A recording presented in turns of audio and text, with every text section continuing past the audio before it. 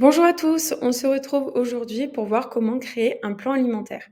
Donc tout d'abord, je me trouve dans le nouvel onglet Nutrition et je sélectionne Nouveau modèle. Je vais venir le nommer,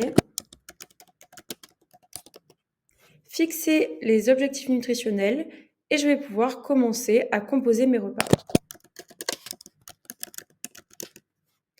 Avec le moteur de recherche, on va directement taper les aliments que l'on souhaite rajouter. Donc tous les aliments proviennent de la table SQL. Donc parfois les dénominations peuvent ne pas être trop parlantes, mais on a la possibilité de les renommer en cliquant sur le petit stylo et tout simplement,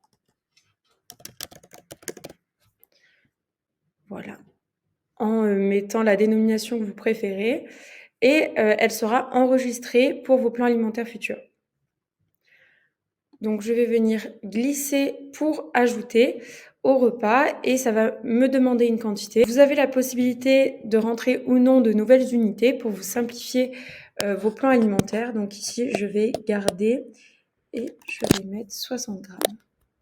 Si un aliment n'apparaît pas dans le registre, vous avez la possibilité d'en ajouter en allant sur Mes aliments. Et là, avec la dénomination, vous pourrez le nommer et entrer tous ses constituants. Il sera donc enregistré également pour vos plans alimentaires futurs. Une fois votre plan alimentaire fini, vous allez venir sauvegarder votre modèle dans le but de le retrouver dans vos modèles actifs.